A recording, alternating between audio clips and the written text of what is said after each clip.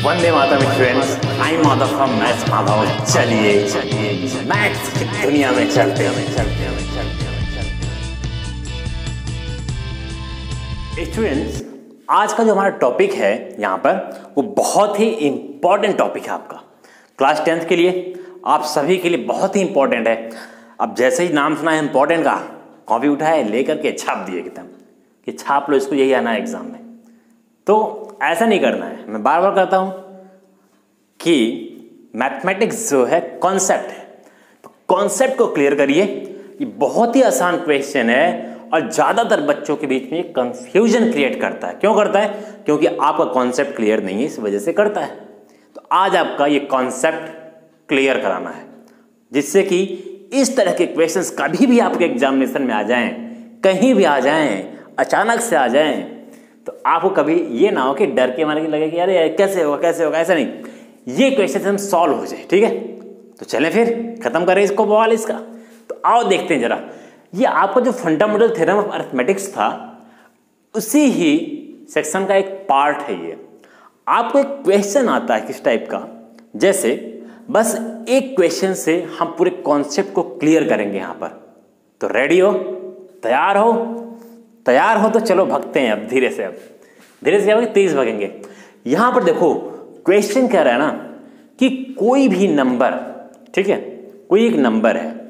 जैसे मैं यहाँ पे स्क्रीन पे फर्स्ट क्वेश्चन में ले ही लेता हूं। इस क्वेश्चन में क्या कर रहा है, ध्यान से देखो, लिखा हुआ है check whether 6 to the power n। ये आपके एनसीईआरटी का भी क्वेश्चन है, ठीक है। Check whether 6 to the power n can and with the digit 0 for any natural number n। इसका मतलब क्या हुआ, पहले इसको ध्यान से सुन लो।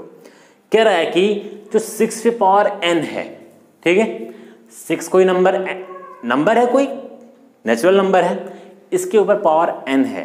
तो इसका कहना यह है ना कि अगर कोई भी नंबर हमारे पास 6 के ऊपर हम रखते हैं, 6 के ऊपर कोई भी पॉजिटिव नंबर सब रखते हैं, 6 पे पावर 1 कर दें तो कितना होगा, ये 6 होगा। 6 पे पावर 2 कर दें कितना होगा, 36 होगा ना। तो ऐसे वो कह रहा है कि अगर हम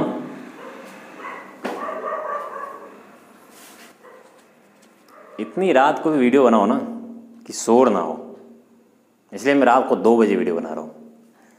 और इस रात में भी गाड़ी पों पां कुत्ते भेड़िए सब जो है इसी में, सबको इसी टाइम बोलना है। शांत हो गए सब गुस्सा सुन के। चलो ठीक है, 6 पे पावर 1 6 हो गया, 6 का स्क्वायर 36 हो गया।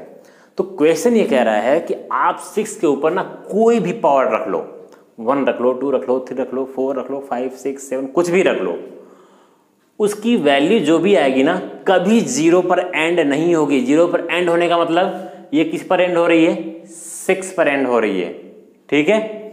ये किस पर एंड हो रही है, 6 पर एंड हो रही है। 6 का क्यूब क्या होता है, 6 का अगर मैं क्यूब कर दूं तो 216 होता है। ये कहां पर एंड हो रहा है, 6 पर एंड हो रहा है। अगर मैं 6 पे पावर 4 कर दूं, ये कहां पर एंड होगा, ये 1296 पर एंड होगा। ये भी लास्ट में 6 पर एंड हो रहा है। आप ऐसे ही 12 पावर 10, 6 पे पावर 10 रख लो, कुछ भी रख लो, लेकिन कभी भी वैल्यू 0 पर एंड नहीं होगी। अब पूछा जाएगा क्यों नहीं होगी, रीजन क्या है इसका। अब इसका हमें रीजन ही देना पड़ेगा ना, क्योंकि यहां पर आप कितने नंबर्स रखोगे, 3 4 5 6 7 8 इनफाइनाइट नंबर्स है। तो इनफाइनाइट नंबर्स तो नहीं रख सकते ना, इतने नंबर्स तो रखने का हमारे पास टाइम नहीं है कि हम बैठ कर रखेंगे। तो इसका एक तरीका है। तरीका क्या है स्टूडेंट्स, तरीका ये है इसका कि कोई भी नंबर, किसी भी नंबर के ऊपर अगर हम पावर लगाते हैं तो उसकी वैल्यू 0 पर कब एंड होगी, ये तो समझ में आ रहा है ना। 0 पर एंड कब होगी, मतलब उसका हम स्क्वायर कर दे, किसी भी नंबर का स्क्वायर कर दे, क्यूब कर दे, 4 पावर कर दे, 5th पावर कर दे, तो कब हम समझेंगे बिना उसको सॉल्व किए, बिना पावर किए, तो कैसे समझेंगे कि वो वैल्यू 0 पर एंड होगी, ठीक है। तो हमने देखा यहां पर कि लिखा यहां पर एक थ्योरम है। थ्योरम क्या है, if any number ends with the digit 0, अगर कोई नंबर 0 पर एंड होता है it should be divisible by 10, ठीक है। देखो कोई भी नंबर अगर 0 पर एंड होता है, जैसे मान लो 10 है तो क्या 10 10 से डिवाइड होगा, हो जाएगा, ठीक है। 20 है 10 से डिवाइड होगा, हो जाएगा। 30 10 से डिवाइड होगा, हो जाएगा। कोई भी नंबर जो 0 पर एंड होता है ठीक है, and with digit 0, it should be divisible by 10, वो 10 से डिवाइड होना चाहिए, ठीक है। या in other words it should be divisible by 2 and 5, मतलब वो 2 और 5 से भी डिविजिबल होगा वो। अगर वो 10 से हो रहा है 2 और 5 से भी होगा। अब हमने कैसे समझा यार कि ये 2 and 5 से होगा, तो हमने क्या किया ना, 10 को फैक्टराइज किया हमने। 10 को फैक्टराइज करो जरा। 10 को जब हमने फैक्टराइज किया तो क्या हो गया, 2 5 जा 10 हुआ, और यहां से 5 1 जा 5। मतलब कि 10 को अगर हम फैक्टराइज करें, 2 टुकड़ों में तोड़ें, तो 10 को हम लिख सकते हैं ना 2 into 5, मतलब कि ये 10 के क्या है, फैक्टर्स हैं। तो इसीलिए हम कह रहे हैं, इसका मतलब ये हो गया कि कोई भी नंबर 0 पर अगर एंड हो रहा है, कोई भी नंबर अगर 0 पर एंड हो रहा है, तो उस नंबर का हम प्राइम फैक्टराइजेशन करके देख लेंगे, ये पता करने के लिए कि इसका क्यूब या इसका पावर 4 या इसका पावर 6 कुछ भी हो, वो 0 पर एंड होगा कि नहीं होगा, अगर पावर कर दे किसी नंबर को, ठीक है। तो वो चेक करने के लिए हम क्या करते हैं, वो चेक करने के लिए हम क्या करते हैं, उस नंबर को फैक्टराइज करते हैं, ठीक है। उसको हम फैक्टराइज करेंगे। जैसे हमने क्या किया, यहां पर था 6 to the power n, तो हमें n से मतलब नहीं है अभी, ठीक है। n का मतलब वहां हम कुछ भी रख सकते हैं, कुछ भी रख दो, नेचुरल नंबर होना चाहिए, ठीक है। नेचुरल नंबर 1 से इनफाइनाइट तक कुछ भी रख सकते हो। लेकिन हम क्या करेंगे, ये जो नंबर है बेस में ना 6, इसको हम क्या करेंगे, प्राइम फैक्टराइज करेंगे। जो भी नंबर यहां आएगा ना, कभी आएगा 12 to the power n, कभी कुछ नंबर दे देगा उसके पावर n, तो इसमें बार बार ये पूछेगा कि यहां पे n की जगह कोई भी नंबर रख लो, इसकी वैल्यू कभी भी 0 पर एंड नहीं होगी। तो हमने कहा ठीक है, तो पता कैसे करेंगे, तो हमने यहां पे पढ़ा कि कोई भी नंबर अगर 0 पर एंड होता है और उसको हम फैक्टराइज करें, तो उसमें कोई भी नंबर आ जाए चलेगा, लेकिन 2 और 5 दोनों होना मस्ट है। अगर 2 और 5 उसके फैक्टराइजेशन में नहीं है, तो वो नंबर पे तुम क्यूब कर लो, चाहे यहां n की जगह तुम 4 रख दो, चाहे इसका स्क्वायर कर दो, चाहे इस पे 5 रख दो, 6 रख दो, ठीक है। मतलब 6 पे 6 रख दो, मतलब 6 को 6 बार मल्टीप्लाई कर दो, ठीक है। कभी भी 0 नहीं आएगा। क्यों? क्योंकि इसके फैक्टर्स में 2 और 5 नहीं है। इतना याद रखो, 2 और 5 दोनों ही चाहिए, केवल 2 5 ही नहीं चाहिए। अदर नंबर है चलेगा, लेकिन 2 5 होना मस्ट है उसमें। अगर 2 5 नहीं है तो कभी भी 0 पर एंड नहीं होगा। क्यों? क्योंकि कोई भी डिजिट अगर लास्ट में 0 आती हो तो वो 10 से डिविजिबल होता है, और 10 से डिविजिबल होता है, इसका मतलब उसका फैक्टर्स 2 और 5 होना चाहिए, क्योंकि 10 का फैक्टर ही 2 and 5 है। इतना क्लियर हो गया? तो ये चीजें हर जगह आपको लिखनी है, ठीक है। ये लिखो चाहे मत लिखो, लेकिन ये लिख सकते हो कि if any numbers and with digit 0, ठीक है, it should be divisible by 2 and 5 और फैक्टर्स ऑफ 2 and 5, मतलब 2 और 5 का फैक्टर्स में होना चाहिए, ठीक है। तो हमने यहां पे क्या किया कि 6 को फैक्टराइज करके देखा। जैसे हमने 10 को फैक्टराइज किया जब, तो 10 को जब फैक्टराइज किया तो हमारा 2 into 5 आ गया, तो दोनों नंबर आ गए। जब हमने 6 को यहां फैक्टराइज किया तो देखा हमने तो 2 और 3 आ रहा है। 6 को फैक्टराइज करने आता है ना, अगर 6 को फैक्टराइज करोगे तो 2 3 जा 6 होता है, और 3 1 जा 3 होता है, तो 2 into 3 हुआ। तो 2 into 3 जब हुआ तो 6 के पावर n था, तो 6 को हमने 2 into 3 लिख दिया। तो 6 को हमने यहां पर 6 पे पावर n था, तो 6 को हमने क्या लिख दिया, 2 into 3, और इसके 6 पे पावर n था, पावर n लगा दिया। और यहां पे क्या लिख दिया, हमें पता है कि जब ब्रैकेट में जो मल्टीप्लाई में नंबर्स होते हैं, तो ये पावर इसके ऊपर भी है और ये पावर इसके ऊपर भी होता है, ये याद रखना, ठीक है। अब जैसे कहीं पर ऐसे लिखा हो अगर 2 into 3 का स्क्वायर, इसका मतलब क्या होता है, इसका मतलब होता है ये स्क्वायर 2 पर भी स्क्वायर है और 3 पर भी स्क्वायर है। क्लियर है ये? तो ये समझ जाना इसको। तो हमने इस तरीके से लिख दिया। अब यहां पर हम लोग जब देख रहे हैं 6 का हमने फैक्टर किया, 2 और 3 आ गए, तुम्हें इन नंबर से मतलब है, इस n से मतलब ज्यादा नहीं है, तुम्हें मतलब है 6 से और इसके फैक्टराइजेशन से। हमने देखा कि इट कैन बी ऑब्जर्व किया that 5 is not in the prime factorisation of 6n। कह रहा है कि 5 जो है इस फैक्टराइजेशन में है ही नहीं। केवल 5 क्यों लिखा? आप कहोगे सर यहाँ आपने 2 and 5 लिखा था, यहाँ केवल 5 लिख रहे नहीं है। तो यहाँ 2 तो है, 2 से ये नंबर डिविजिबल है, हो जाएगा 2 से, लेकिन 5 यहाँ पे दिखाई नहीं दे रहा है। और मैंने कहा था कि किसी नंबर के प्राइम फैक्टराइजेशन में 2 और 5 दोनों होना चाहिए, तभी वो नंबर का स्क्वायर करो या क्यूब करो या 4 करो तो वो नंबर 0 पर एंड होगा वो।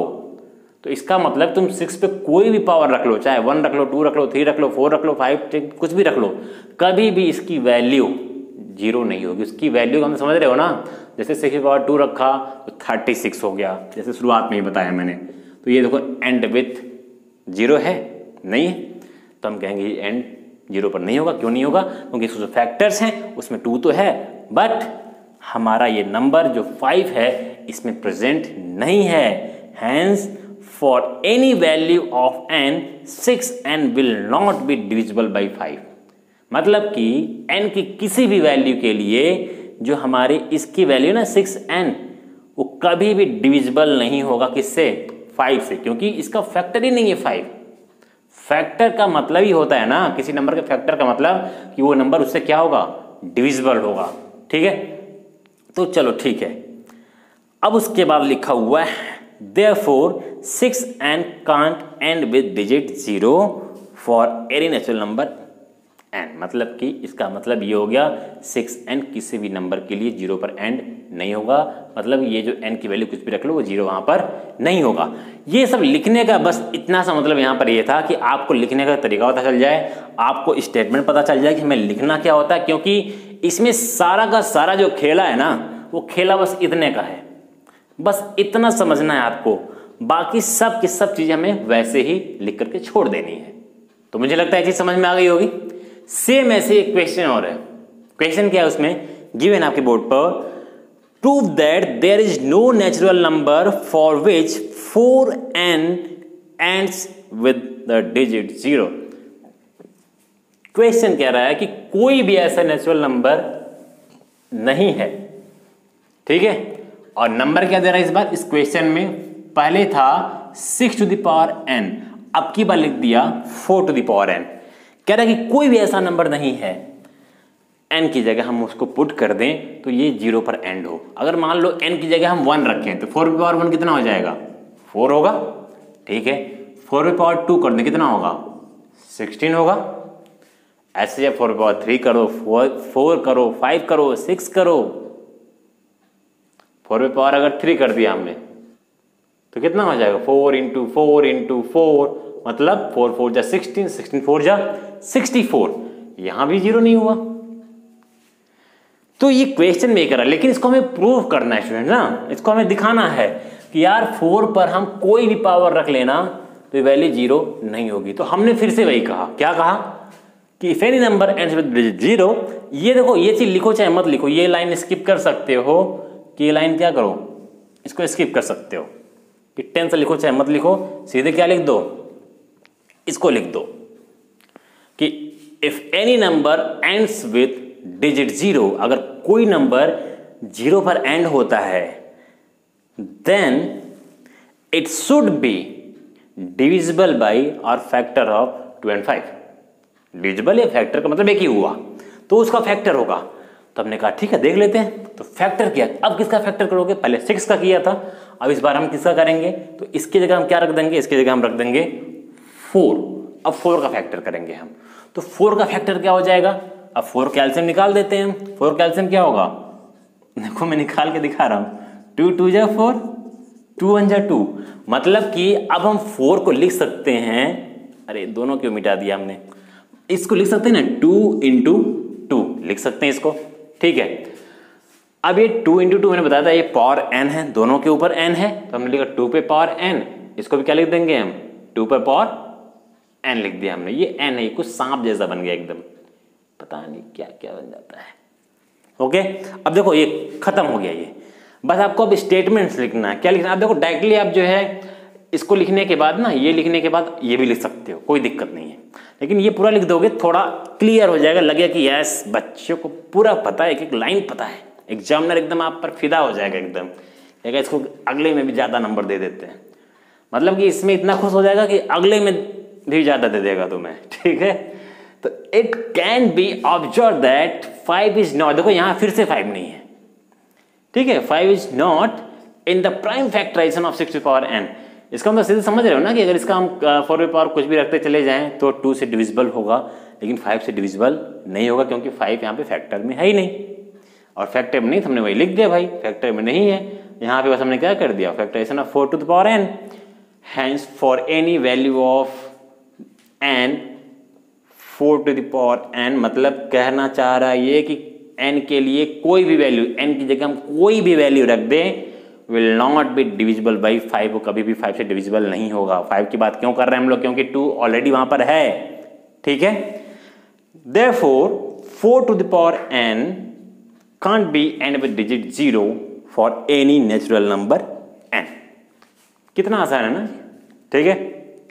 मैंने बार बार कहा ना कि सारा का सारा खेला कहाँ है, यहाँ का है, यहाँ का। तो लड़ना पड़ेगा, खेलना पड़ेगा, फिर जीतना पड़ेगा।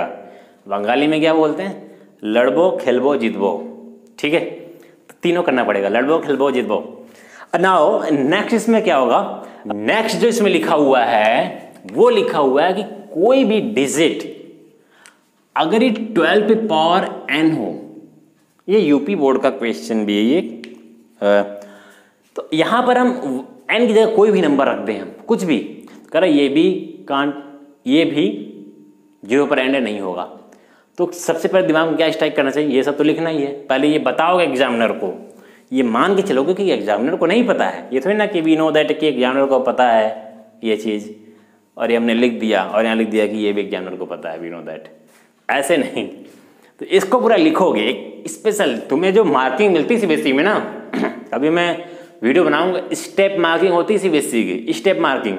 अगर 3 नंबर के क्वेश्चन में आ गया या 2 नंबर में आया तो थोड़ी ना कि इसी पे एग्जामिनर बोला बस बस यहीं दे दो 2 नंबर, सब यहीं उठा के फेंक 2 नंबर इसको, ऐसे नहीं होता है।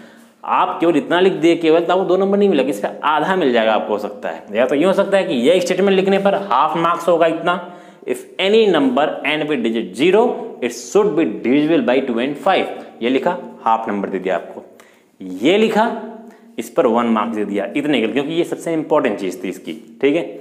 उसके बाद ये लिखा, इस पे हाफ दे दिया, तो हाफ हाफ 1, 2 मार्क्स मिल गया आपको। तो ये चीज लिखना है। तो यहाँ पे हमने क्या कर दिया, अब 12 है तो 12 को फैक्टराइज करो जरा।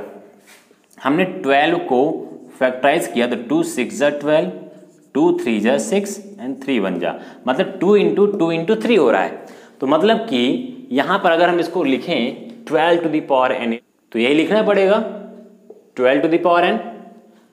अब इसका प्राइम फैक्टराइजेशन ऑफ 12 n जो है, इसको मैंने बोला था भूल जाओ अभी के लिए। तो हमने जब इसको प्राइम फैक्टराइज किया 12 का, तो क्या आ रहा है, ये रहा है 2 इंटू 2 इंटू 3, तो लिखा 2 इंटू 2 इंटू 3, ये कर दिया हमने, ठीक। तो इसका क्या मतलब है, अब जैसे n के फॉर्म में उसको लिखा था, इसको भी हम n के फॉर्म में लिख सकते हैं। इसका मतलब क्या हुआ, इस 2 पे n है, इस 2 पर भी n है, ठीक है, इंटू इस 3 पर भी n है, तो हमने कहा ठीक है, लिख दिया हमने। लेकिन एक है जो यहां पर नहीं है, कौन है वो जो नहीं आया अभी तक, अरे चूहा बोल रहा है, जो है चूहा है, पता नहीं कौन है, जो है पता नहीं कौन बोल रहा है। It can be observe that 5 is not in the prime factorisation of किसके, 12 टू द पावर n। अब 12 है क्वेश्चन में, इसमें भी देखो 5 प्रेजेंट नहीं है, यहाँ 2 है, यहाँ 2 है, यहाँ 3 है, तो 5 प्रेजेंट नहीं है यहाँ पर। फिर से वही लिख दिया, hence for any value of n 12 to the power n will not be divisible by 5। जब यहाँ पे 5 फैक्टर में है ही नहीं, कहीं 5 होता तो हम बोलते भी 5 से डिविजिबल होगा, लेकिन 5 फैक्टर में है नहीं तो 5 से डिविजिबल नहीं होगा।